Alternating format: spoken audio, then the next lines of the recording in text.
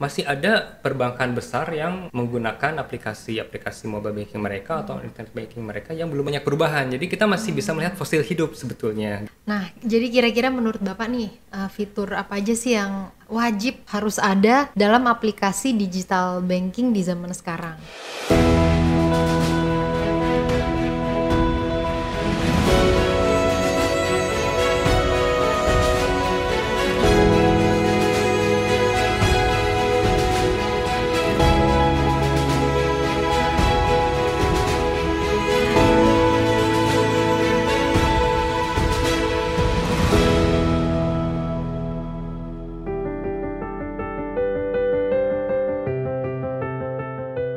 Assalamualaikum warahmatullahi wabarakatuh. Balik lagi di Hijrah Podcast.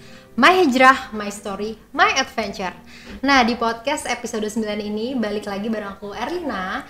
Ini kita akan bahas tentang mobile banking dan digitalisasi perbankan. Teman-teman pasti semuanya nih yang udah punya rekening di bank manapun pasti udah gak asing lagi sama yang namanya mobile banking. Dipastikan hampir semuanya pasti punya nih, atau bahkan harus punya ya di situasi seperti ini. Nah, untuk itu kita akan bahas mengenai mobile banking dan digitalisasi perbankan. Di sini sudah ada pakarnya langsung nih, Bapak Iman Nurman sebagai praktisi digital banking. Kita sapa dulu Pak Iman.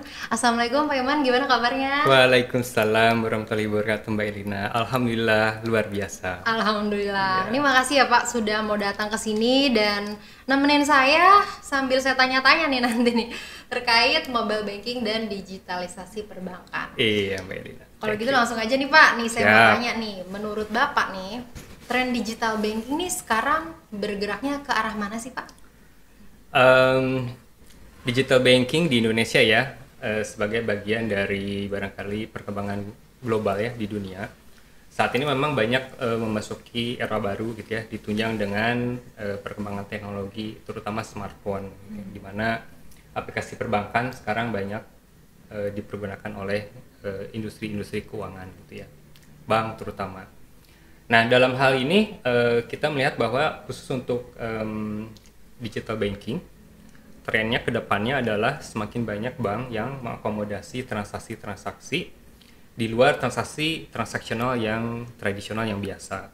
Saat ini perbankan tidak hanya mengakomodasi transaksi untuk transfer, pindah buku, tapi juga saat ini sudah mulai punya fitur misalnya pembukaan rekening online.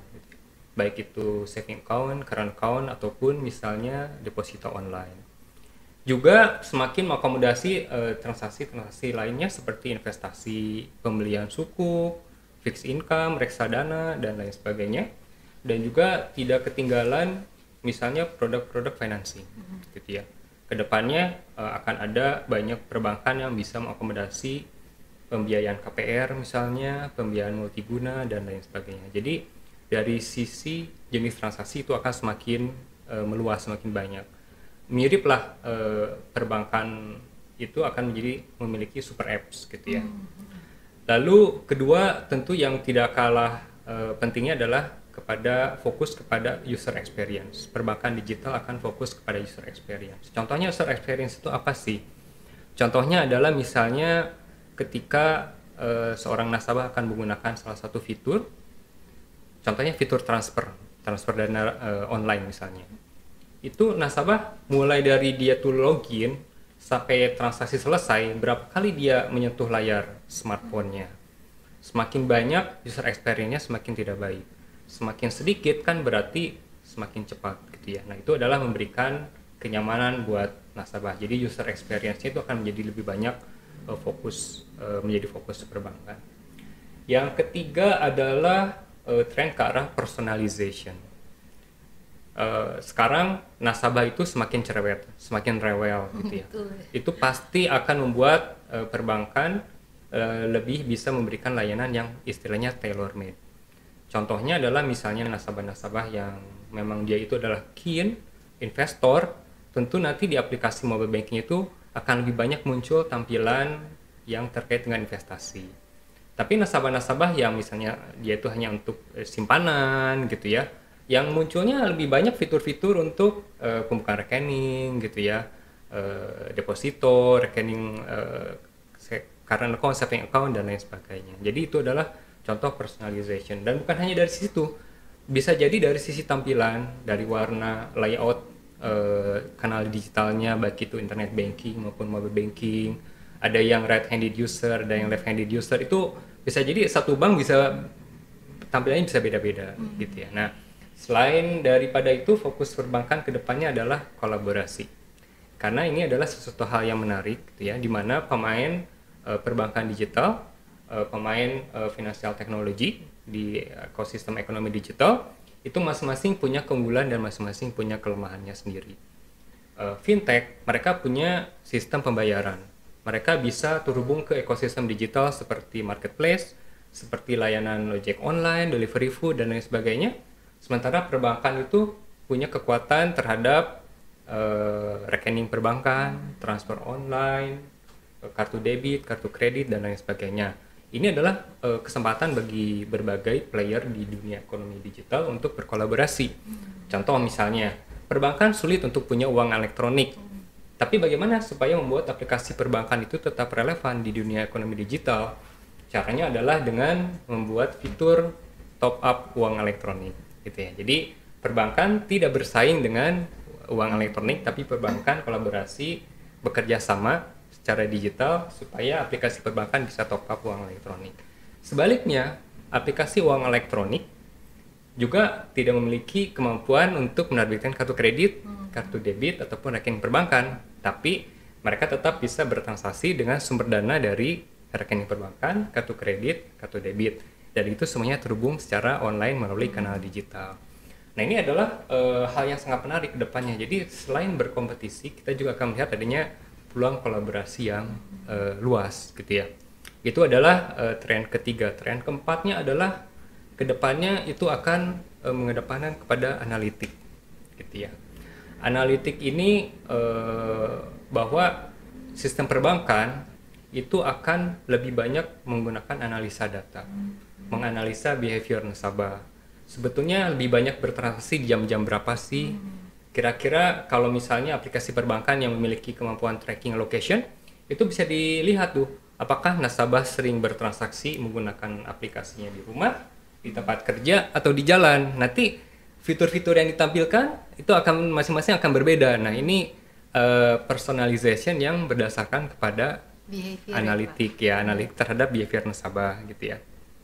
Nah, kemudian kurang lebih ya seperti itu ya. Jadi ada di jenis-jenis transaksi, terus personalization, collaboration, kemudian analitik. Jadi trennya ke arah sana garis besarnya. Di dalamnya mungkin banyak pelaku-pelaku di dunia ekonomi digital yang punya kreativitas sendiri gitu ya. Bagaimana caranya mereka menerapkan yang namanya kolaborasi, bagaimana caranya mereka menerapkan personalisasi dan segala macam. Kurang lebih seperti itulah tren ke depannya. Menarik ya Pak. Jadi atmosfernya dari kompetisi tapi lebih kolaborasi ya. Terus nasabah juga jadi diuntungkan juga nih, mau nggak mau harus melek teknologi juga. Iya, apalagi di era pandemi ya kemarin. Banyak masyarakat yang sebetulnya sebelumnya itu nggak melek teknologi, nggak mau pakai ojol gitu ya, nggak mau delivery food. Tapi karena ada pandemi terpaksa di rumah saja gitu ya. Mau nggak mau mereka pesan makanan pakai aplikasi uang elektronik gitu ya. Mau nggak mau pergi ke sana kemari pesan taksi pakai aplikasi gitu ya. Pesan ojek gitu ya pakai aplikasi. Jadi kedepannya ya kita melihat dengan adanya kemudahan gitu ya dan kenyamanan, kepraktisan menggunakan kanal digital, tidak menutup kemungkinan bahwa even bahkan setelah pandemi transaksi digital itu semakin bertambah, semakin naik. Ya, Terbukti di perbankan transaksi tunai itu seperti tarik tunai lewat ATM itu sudah jauh lebih sedikit.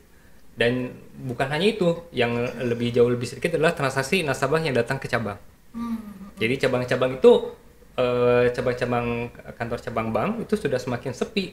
Bukan berarti banknya nggak ramai, bukan berarti nasabahnya berkurang ya, gitu ya. Tapi sudah banyak menggunakan kanal digital, internet banking, mobile banking, dan kanal digital lainnya. Dan jangan ditinggalkan juga bahwa kedepannya akan tren itu ya, kolaborasi bukan hanya antar institusi keuangan, tapi juga dengan sosial media. gitu. Iya, Jadi kanal sosial media. Line ya, WhatsApp itu sudah terjun ke dunia perbankan. Kita bisa mengecek saldo rekening kita melalui Line. Kita bisa mengecek saldo rekening kita melalui WhatsApp ke rekening perbankan milik kita gitu ya. Jadi Gitu sih, Mbak. momentumnya pas ya Pak. Jadi digitalisasi ini juga kebetulan di Indonesia baru berkembang. Terus dengan adanya pandemi justru malah trennya ini makin naik ya Pak ya ke depannya. Iya, ini luar biasa ini. Biasa ya Pak ya. Terus menurut Bapak nih kalau dibandingkan kebutuhan nasabah dalam berdigital banking saat ini dengan 10 tahun yang lalu, kira-kira perbedaannya nih yang paling mendasar nih dalam hal apa aja sih Pak? Ya, saya juga ingat ya dulu bahwa 10 tahun yang lalu saya juga pakai perbankan elektronik ya istilahnya kalau di Indonesia ya dulu-dulu ada internet banking, ada mobile banking gitu.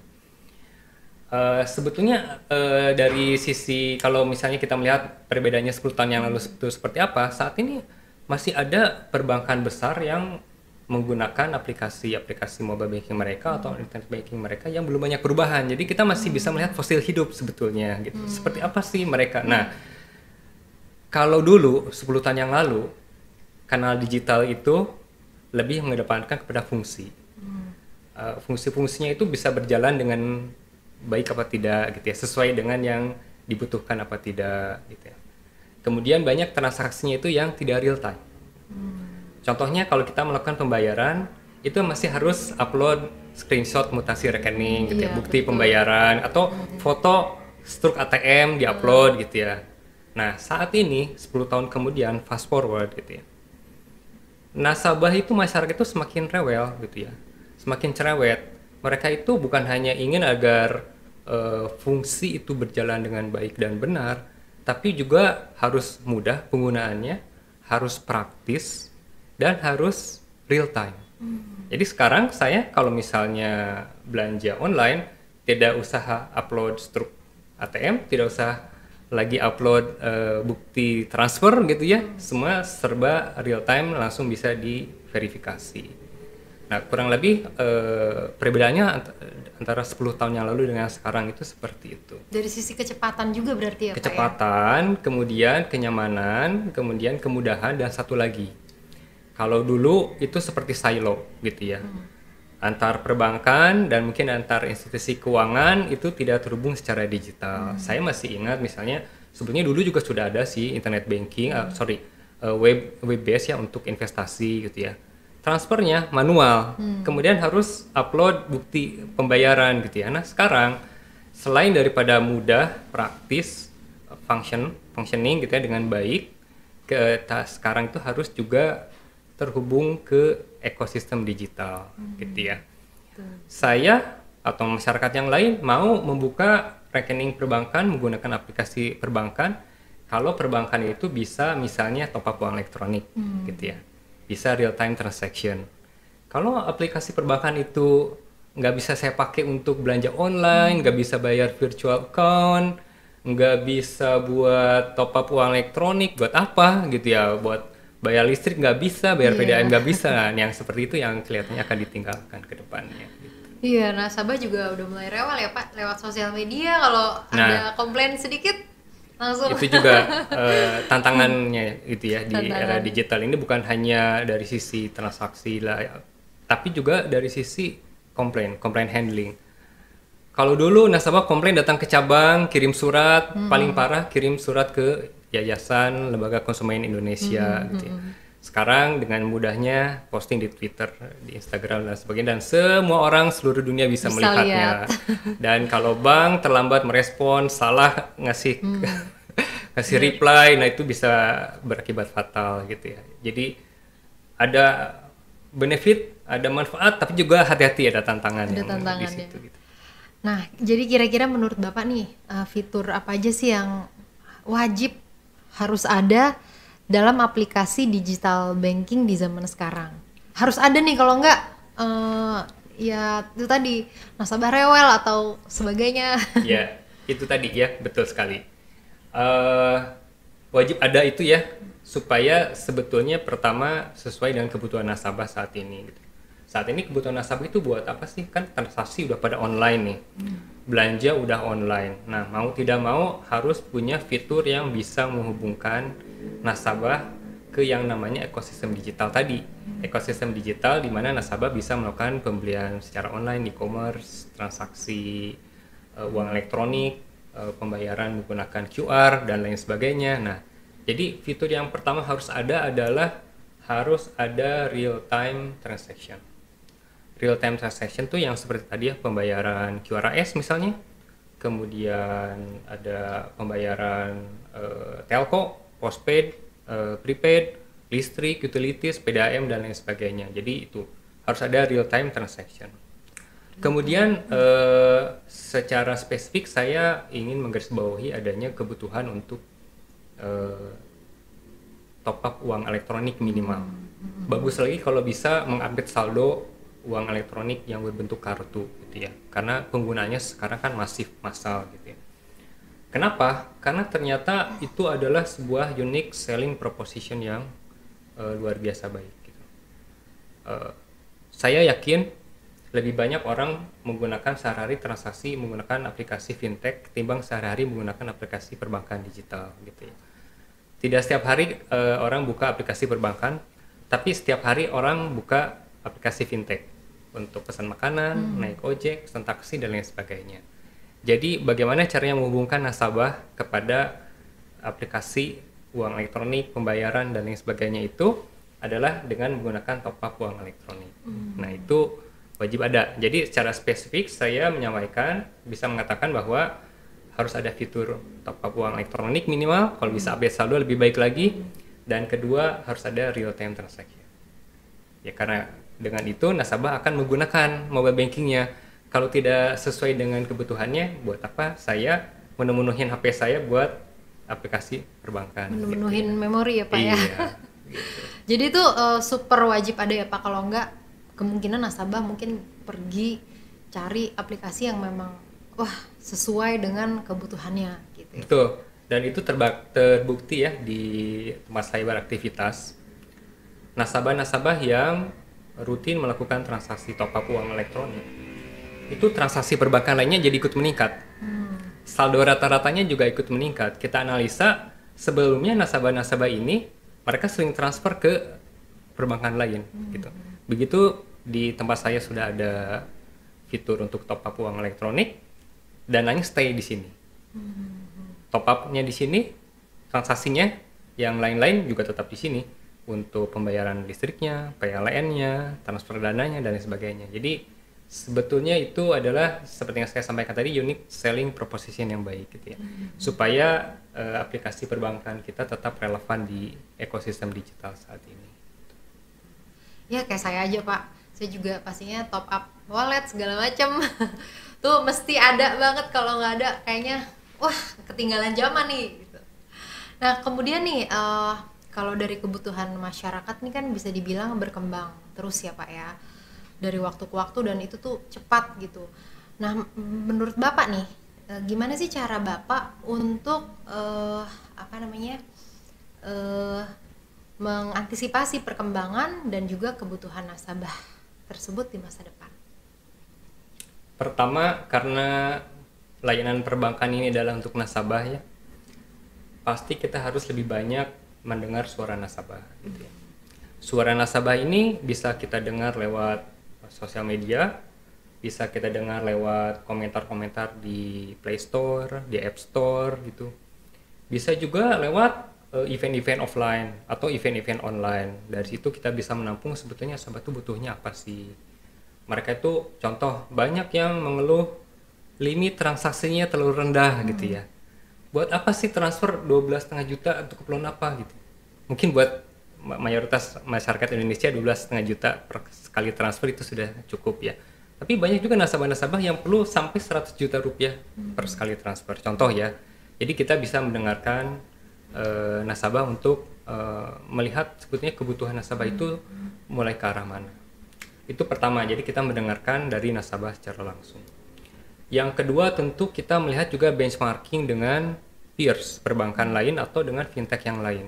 Bisa jadi banyak pihak-pihak institusi perbankan itu yang berinisiatif, berinovasi, mengeluarkan fitur-fitur baru, layanan-layanan baru, tapi ternyata layanan dan fitur itu tidak terpakai. Itu kan berarti nasabah nggak butuh itu, masyarakat nggak butuh itu. Jadi kita melihat dulu nih trennya ke arah mana, mana yang paling banyak dipakai, mana yang ramai gitu ya. Itu langkah kedua, tentu benchmarking. Yang ketiga, selain benchmarking dengan perbankan di Indonesia secara nasional, juga tentu kita harus selalu mengikuti perkembangan di dunia ya, di global. Misalnya di perbankan di Amerika seperti apa, di financial industries lain seperti di London, di UK, di Hong Kong, di China gitu ya, mereka itu sedang ramai apa sih gitu ya. Nah, tapi itu semua harus tetap kita hati-hati dalam melakukan pengembangan, mengikuti mereka, karena ada cara lain untuk mengikuti perkembangan di Indonesia, yaitu ikut dengan working group discussion dari regulator. Regulator mungkin dia juga melakukan riset sendiri ya ke dunia. Ada apa sih di Amerika, ada apa. Nah, mereka lah yang meletakkan semacam roadmap. Kedepannya itu kita akan mengakomodasi kebutuhan nasabah yang mana saja gitu ya. Tahun sekian mau punya apa Bank Indonesia, tahun sekian mau punya apa OJK dan lain sebagainya. Jadi kita tahu nih, oke, kedepannya Bank Indonesia, OJK itu akan mengeluarkan regulasi mengatur transaksi atau fitur-fitur atau layanan apa saja. Jadi kita sudah bisa bikin roadmap sendiri nih. Kira-kira nasabah kita butuh nggak sih transaksi seperti itu, fitur seperti itu, gitu ya. Nah, dengan demikian kita bisa selalu stay relevan, gitu ya. Tanpa harus membuang-buang waktu, usaha berinovasi mengeluarkan produk sendiri tapi ternyata produknya tidak laku. Ya, kurang lebih seperti itulah. Jadi mendengarkan nasabah, benchmarking di Indonesia, benchmarking di global, dan work group dengan regulator gitu. Jadi selain mengikuti perkembangan zaman, yang lebih penting tuh kita mengenal siapa sih nasabah kita, butuhnya apa gitu. Persis sekali ya. Begitu ya Pak. Nah, kemudian nih lanjut lagi kan sekarang nih orang lebih banyak mengakses internet dari ponsel ya Pak ya. Terus kemudian mereka menggunakan mobile banking. Nah, tapi kan sebelumnya juga ada layanan internet banking itu berbasis lewat browser. Nah, itu gimana nih menurut Bapak, kedepannya masih akan dibutuhkan atau justru pelan-pelan akan ditinggalkan nih? Oke, good point. Jadi ini juga sebetulnya sudah menjadi perdebatan yang cukup lama ya di dunia perbankan, di kalangan para praktisi perbankan digital. Apakah internet banking itu akan tetap relevan, akan tetap dibutuhkan di era saat ini gitu ya, di mana masyarakat saat ini sudah lebih banyak menggunakan handphone ya di mana-mana. Jadi dalam genggaman tangan itu bisa melakukan banyak hal. Nah, setidaknya ada dua paham ya, ada dua pergerakan, di mana yang satu adalah menutup sama sekali internet bankingnya dan lebih banyak menggunakan aplikasi mobile banking untuk kebutuhan-kebutuhan nasabah gitu ya. Itu ada satu pemahaman. Tapi di Indonesia itu masih banyak perbankan yang menggunakan kanal digital internet banking bersamaan dengan mobile bankingnya gitu. Jadi sebetulnya tren internet banking juga ini menarik nih ya. Karena pertama, tidak semua nasabah, tidak semua transaksi itu bisa nyaman menggunakan mobile banking. Mobile banking itu kan sebatas ukurannya sebesar layar handphone ya, gitu. Bagaimana caranya kita bisa membaca chart misalnya, bisa membaca fact sheet untuk produk-produk investasi tertentu. Bagaimana kita melihat pergerakan nilai aktiva bersih reksadana, mau naik turun berapa persen. Nah, kalau di layar smartphone mungkin kesulitan. Bisa jadi ada orang-orang yang bisa mudah menggunakannya, bisa jadi ada yang kesulitan. Jadi memang tetap akan ada orang-orang nasabah itu yang lebih suka menggunakan internet banking karena dari sisi tampilannya, gambarnya lebih besar, kemudian bisa lebih detail. Juga ada transaksi-transaksi tertentu yang memang lebih mudah menggunakan internet banking gitu ya. Nah, perkembangan teknologi internet banking dan mobile banking sebagai bagian dari layanan perbankan digital itu akan masuk pada tren yang namanya omnichannel gitu ya. Termasuk di dalamnya adalah kolaborasi antara internet banking dan mobile banking. Kolaborasi seperti apa sih? Contoh begini. Ada fitur-fitur tertentu yang memang hanya bisa dilakukan di mobile banking, ada fitur-fitur tertentu yang hanya bisa dilakukan di internet banking. Contohnya misalnya, untuk bisa membuka rekening baru, baik deposito maupun saving account, itu harus menggunakan internet banking. untuk bisa membeli produk investasi harus menggunakan mobile banking. Jadi itu saling melengkapi, komplementari. Ada yang bisa di internet banking, tidak bisa di mobile banking dan sebaliknya, gitu ya. Itu adalah praktek-praktek perbankan saat ini dalam menjalankan internet banking dan mobile banking. Dua channel. Ada juga yang perbankan menerapkan strategi kedua-duanya sama persis.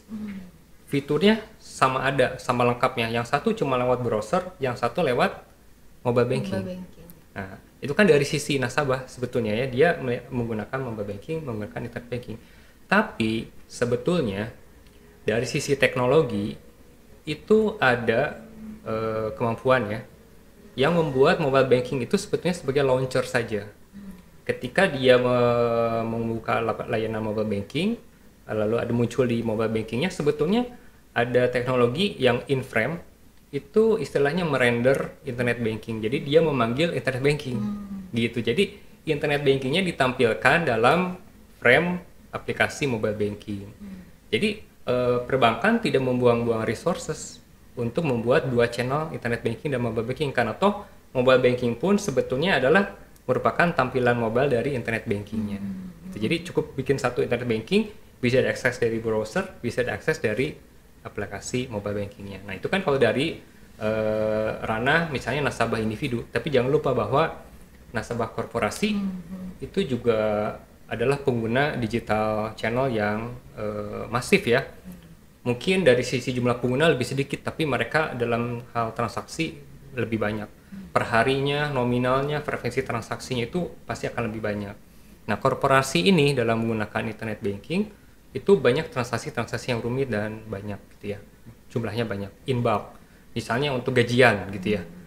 Mengupload daftar gaji dan nominal gaji pakai mobile banking dengan menggunakan internet banking tentu akan lebih mudah menggunakan internet banking, karena kan yang namanya aplikasi korporasi itu ya, ada yang namanya maker, checker gitu ya, ada yang creator, ada yang approver. Nah kan perlu dilihat satu-satu bener apa enggak gitu ya, jangan sampai meleset gitu ya, yang gajinya 10 juta bergeser row-nya jadi 100 juta. Jumlahnya ribuan ya Pak. Jumlahnya ribuan gitu. Nah itu jadi internet banking sebetulnya kedepannya akan tetap relevan, terutama di ranah korporasi. Kemudian juga saat ini kan memang masih mencoba-coba apakah akan dihentikan internet banking ataukah akan tetap dilanjutkan. Jadi memang ada yang perbankan sudah menghentikan sama sekali, ada yang masih tetap melanjutkan gitu ya. Ini khusus untuk nasabah retailnya ya. Nah dalam hal melanjutkan juga ada yang membuatnya sama persis, ada yang membuatnya kolaborasi. Ya, kurang lebih seperti itu. Waktu akan menunjukkan ke arah mana nih sebetulnya internet banking itu. Tapi at least untuk corporate ya, untuk ranah korporasi, internet banking akan tetap relevan sampai bertahun-tahun ke depan. Kembali lagi disesuaikan dengan kebutuhan nasabahnya. Kebutuhan nasabahnya masing-masing, betul. Nah, sekarang nih saya mau tanya lagi nih Pak nih, selain mobile banking dan digitalisasi perbankan, sekarang kan berkarir di bidang digital itu juga cukup menjanjikan kan, dan juga cukup membuat banyak orang tertarik nih. Nah, menurut Bapak kemampuan apa sih yang kira-kira nih wajib dimiliki Gen Z? Kalau sekarang kan sebutannya Gen Z ya Pak ya, dan juga Gen Y, biar mereka bisa sukses di bidang digital maupun yang memang terjun langsung ke dunia digital perbankan. Iya, kebetulan saya juga banyak menerima lamaran gitu ya, CV gitu. Banyak Gen Y sama Gen Z itu ingin berkarir di dunia perbankan digital. Perbankan digital itu sebetulnya multidisiplin ya, jadi tidak hanya ada dari satu keilmuan saja, satu bidang keahlian, tapi banyak bidang keahlian dan banyak bidang keilmuan yang membuat digitalization di industri keuangan ini bisa terwujud, gitu, bisa terlaksana. Tapi secara general, pertama-tama saya melihat bahwa salah satu kebutuhan atau skill yang diperlukan oleh para Gen Y sama Gen Z ini adalah basic Information and Communication Technology gitu ya, basic ICT. Tidak perlu menjadi pakar, tapi paham sistem operasi itu apa misalnya.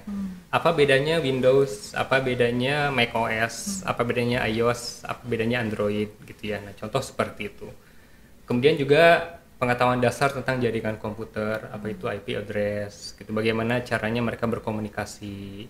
Sebetulnya banyak yang kurang paham apa itu namanya DNS gitu ya. Nah itu kan basic-basic, nah at least tahu lah, tidak usah pakar tapi tahu. Jadi tahu bahwa sebetulnya layanan perbankan itu ada servernya gitu ya. Ada aplikasi di kliennya, ada client side-nya, ada server side-nya. Nah, basic-basic seperti itu pertama yang harus dimiliki atau harus tahulah oleh para Gen Y sama Gen Z ini. Nah, dari sisi keilmuannya, multidisiplinnya, itu saya secara general mengelompokkannya ke dalam 3 bagian. Pertama itu yang namanya stream development. Nah, ini biasanya khusus untuk orang-orang IT. Jadi mereka adalah orang-orang yang memiliki kemampuan untuk melakukan coding atau programming gitu, yang menggunakan bahasa pemrograman. Nah, bahasa pemrograman sendiri evolving dari 10 tahun yang lalu sampai sekarang ini udah jauh sangat berbeda gitu ya. Pun sekarang ahli di bidang sebuah bahasa pemrograman 5-10 tahun lagi ke depan bahasa pemrograman itu mungkin sudah tidak akan dipakai lagi gitu ya. Akan berevolusi kepada bahasa pemrograman yang lain. Jadi stream pertama adalah stream development. Seseorang yang menguasai pemrograman baik itu untuk client side-nya untuk membuat tampilan-tampilan dan pemrograman untuk server side-nya untuk melakukan computing, processing dan lain sebagainya. Stream yang kedua adalah yang saya sebut sebagai stream designer, yaitu orang-orang yang memiliki kemampuan keahlian komunikasi visual gitu ya, komunikasi digital, yaitu paham bahwa secara psikologis misalnya orang itu lebih senang melihat tampilan warna putih kah latar belakang, ataukah lebih senang melihat tampilan latar belakangnya ramai. Nah kalau kita melihat ya ada contoh Google itu tampilan belakangnya sleek, dia putih bersih. Beda dengan Bing itu tampilannya belakangnya adalah foto. Nah mereka memiliki pendekatan sendiri-sendiri, sudah tahu target marketnya siapa saja gitu. Nah itu adalah skill dari desainer. Bagaimana caranya membuat sebuah mobile banking itu less touch, tidak boleh scroll misalnya, sehingga tampilannya hurufnya harusnya ukuran seberapa besar, mau pindahnya mau di touch kah, mau di swipe kah. Nah ini adalah orang-orang yang memiliki kemampuan desainer ya, komunikasi visual, komunikasi digital. Ini kalau saya ngobrol-ngobrol sama kalangan pendidikan, kemampuan seperti ini banyak diajarkan di jurusan psikologi, di jurusan human computer interaction gitu ya, mungkin di teknik informatika dan sebagainya. Stream yang ketiga adalah keahlian yang terkait dengan analitik gitu ya, statistik tentu ya. Misalnya berapa persen sih nasabah yang melakukan transaksi di rumah, berapa persen nasabah yang melakukan transaksi di jalan. Nanti akan di-develop most valuable feature buat nasabah ini, karena lebih banyak aplikasi dipergunakan di jalan, maka yang akan dikedepankan adalah aplikasi-aplikasi yang singkat-singkat, yang lincah-lincah gitu ya, misalnya pembayaran QRIS gitu ya di jalan buat bayar tiket kereta dan lain sebagainya gitu. Nah itu adalah kemampuan analitik, dan selain dari kemampuan analitik adalah kemampuan menjual gitu.